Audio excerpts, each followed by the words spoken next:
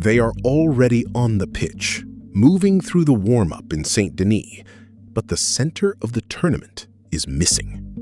Brazil are about to play France in the 1998 World Cup final, and the player around whom the month has been organized is not there with them.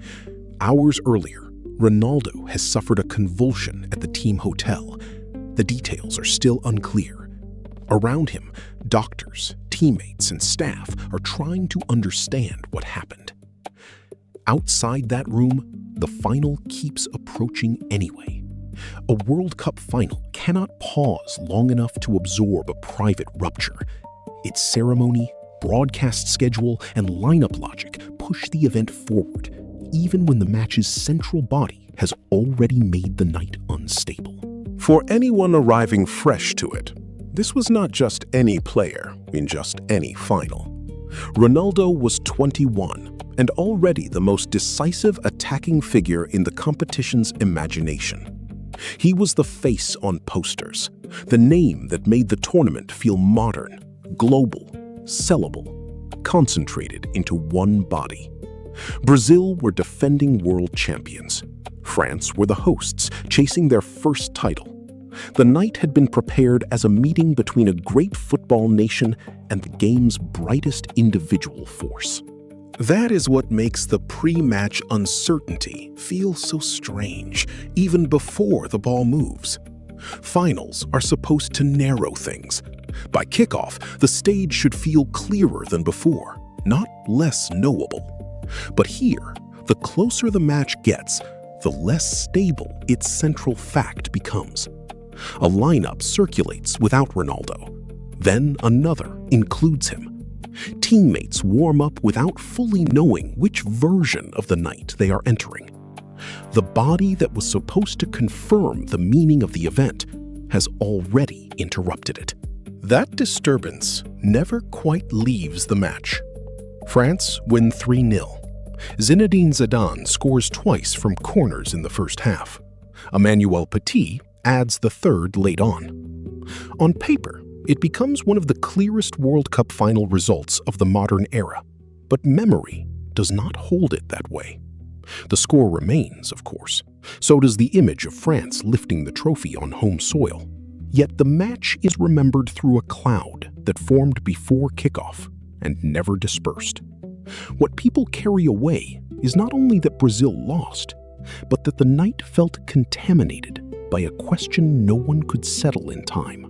That matters because football usually asks defeat to do something legible.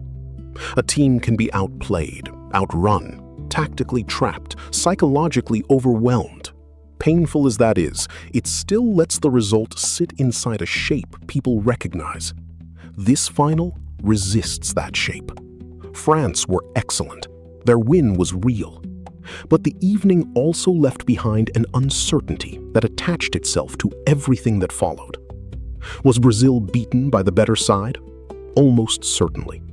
Was Brazil also entering the final through a rupture no ordinary tactical explanation could absorb? That possibility remains in the room. It helped keep the defeat emotionally unsettled in Brazil.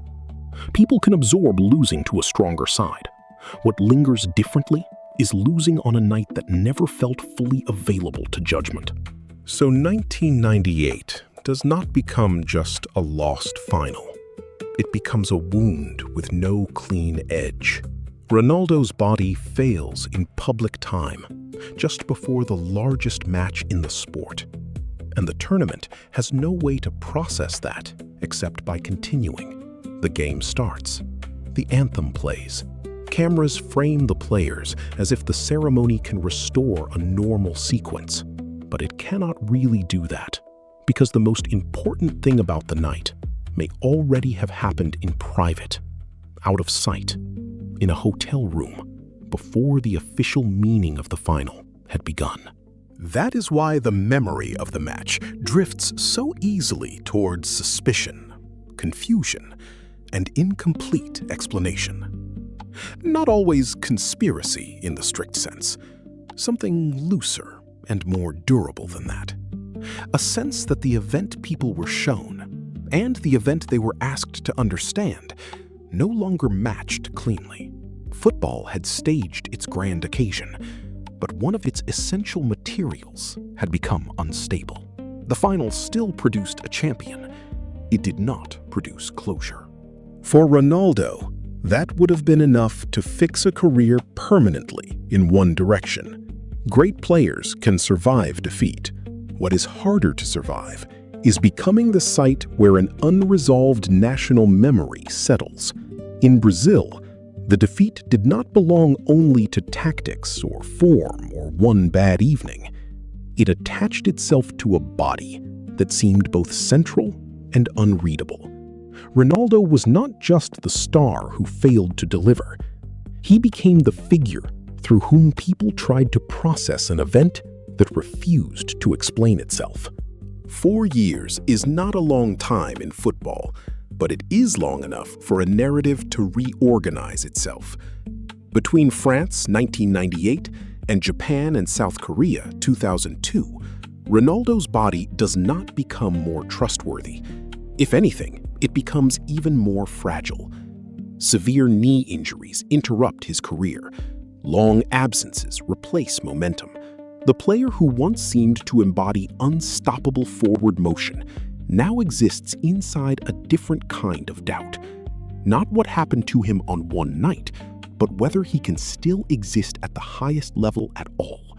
Those 4 years matter structurally because they turn one unexplained night into a longer sequence the sport can eventually reorder. Injury gives the story duration, and duration makes later restoration easier to read as completion rather than coincidence.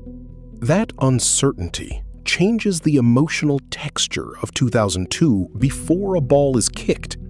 Ronaldo arrives not simply as a superstar returning to a major tournament, but as a figure carrying damage that the football world has already learned to watch.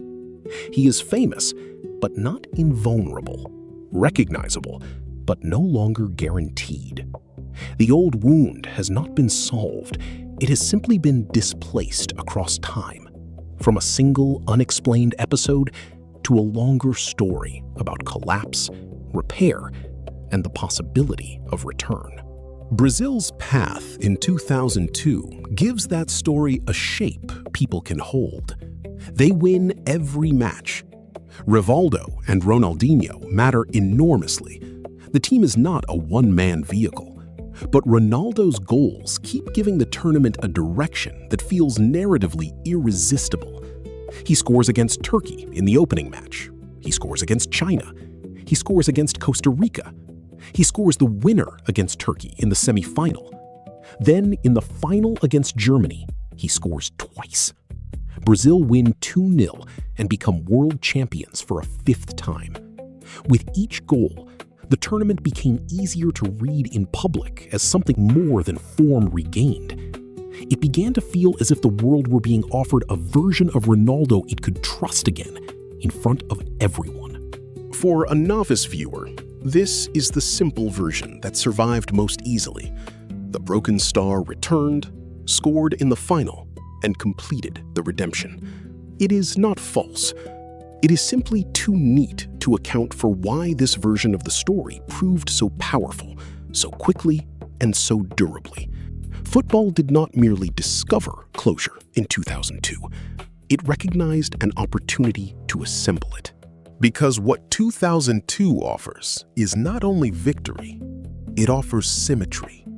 The player at the center of the unresolved final is placed back at the center of another one. The earlier image is not erased, but answered. The body that once interrupted the tournament's meaning is now being used to stabilize it. He does not disappear before kickoff. He finishes the competition as top scorer. He scores both goals in the decisive match. The same career that had carried a wound the sport could not explain is now made to carry an ending the sport can easily circulate. Modern football has strong reasons to prefer that second kind of story. Uncertainty is powerful while it is happening, but difficult to preserve. It leaves too many openings. It makes institutions look fragile, narratives look incomplete, and memory harder to package. Restoration is much easier to handle. It creates sequence. It lets broadcasters, newspapers, federations, and later documentaries place events into a line people can repeat without resistance. Collapse, suffering, return, redemption. That does not mean the ending was invented. Brazil really did win. Ronaldo really did score twice in the final. The point is not that closure was false. It is that closure became dominant because it was usable. The sport had been left with an unresolved global image in 1998. The greatest striker of his generation entering the World Cup final under a cloud no one could clarify. In 2002, it received a second image strong enough to discipline the first. Ronaldo with the haircut, Ronaldo with the goals, Ronaldo lifting the trophy, Ronaldo smiling in a way the earlier memory never allowed. Once that second image exists, it begins to reorganize the earlier one. The collapse in 1998 can now be described as interruption rather than permanent fracture. The loss to France becomes the dark chapter before restoration. The uncertainty of the first final matters less because the second final appears to settle what the first could not. A wound remains in the historical record, but in public memory, it starts to behave like part of a completed arc. This is one of the things modern football learned to do especially well as the game became more global, more mediated, and more dependent on images that travel cleanly. It learned to turn careers into sequences with emotionally manageable endings, not because people are foolish and not because the feeling is insincere. Quite the opposite. People need forms strong enough to hold contradictory emotion. They need stories that can preserve pain without leaving it permanently open. Ronaldo's two finals provided exactly that material. But the tension never disappears completely, because 1998 still resists being absorbed so neatly. The unanswered question is still there. The convulsion still happened. The warm-up still took place under uncertainty. The lineup confusion still belongs to the event. France's victory still sits beside an atmosphere that made the final feel unstable before it began. What 2002 does is not cancel those facts. It reduces their power to govern the whole story. That remaining friction is the limit any repaired story has to live with. A later victory can outrank an older wound in circulation, but it cannot fully remove the earlier event's power to unsettle the meaning of what followed. That is why Ronaldo, between 1998 and 2002, feels larger than a personal comeback and more revealing than one. It shows how football handles unresolved damage when the damaged figure is too central to leave suspended forever. The game does not only wait for meaning to emerge, it builds conditions in which one version of meaning becomes easier to repeat than the others. A decisive performance in a final. A trophy lifted at exactly the right moment. A body once associated with collapse, now attached to proof. And proof matters here. In 1998, the most memorable thing could not be fully shown or settled. In 2002, everything important appears to happen in the open, on the pitch, before millions. 2 goals, a title, a clear scoreboard. The earlier wound belonged partly to uncertainty. The later ending belongs almost entirely to visibility. Football gets to replace the incomprehensible image with a legible one. That legibility is one reason the second story won. Not because it was more emotional, but because it was easier to believe as a complete thing. The modern game increasingly depends on moments that can travel without explanation. Images that seem to contain their own meaning. Ronaldo, in 2002, gave football that kind of image. He let the sport tell a story in which suffering had not been removed, only organized. The audience did not have to choose between remembering the collapse and celebrating the return. The new ending taught them how to hold both at once. So when people remember Ronaldo across those 2 World Cups, they often remember not just a player, but a sequence that now feels almost inevitable. The fall, the long wait, the return, the final correction. But it was never inevitable. It only feels that way because the second ending was strong enough to make the first wound appear survivable, then necessary, then almost preparatory. The real difficulty of 1998 was that it denied football a meaning it could comfortably close around. The real usefulness of 2002 was that it offered one back. Ronaldo's victory did not solve every question raised by the collapse in France. It did something more durable than that. It gave world football a version of the story firm enough to live with. And once a sport can live with a story, it starts to sound like truth.